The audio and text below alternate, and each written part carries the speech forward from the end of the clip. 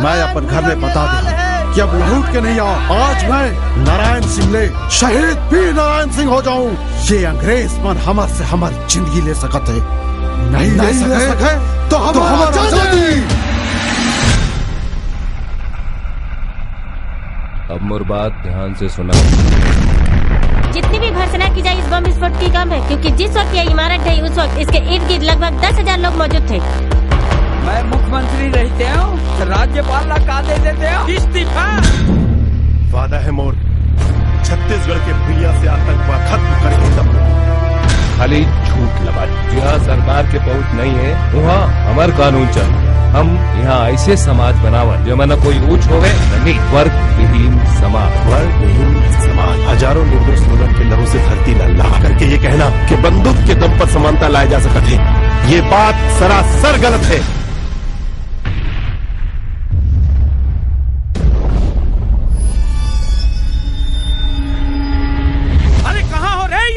मैं जब 10 साल के रहा हूँ तो 9 बजे के समाचार में सुनो कि देश में भारी टेंशन चल रहा है। आज आपके कॉलेज का पहला दिन और आज से शुरू होता है आपका सफर भावी इंजीनियर बनने का। अरे कहाँ मिथुन? यश बोला लगता तो पिताजी एडमिशन बॉयज कॉलेज में करा दे बिना लड़की के। आजकल तो तुम जाता बटा क्या देखते हो? कबूतर नहीं देखे हो?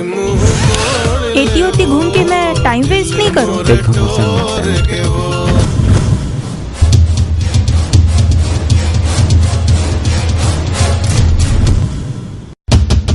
बंदूक के नाल ले कबू शांति नहीं है, बहाते था सिर्फ खून, हमारे भाई बहनी के खून।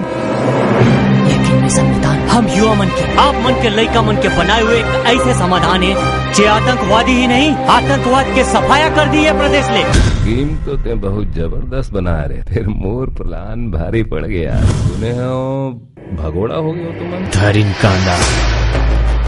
आपके राजयोग के समाप्ति के घोषणा करत हो में रायपुर, भिलाई, दुर्ग, राजनांदगांव, बिलासपुर, धमतरी, बस्तर, ये सब शहर तबाह हो जाए।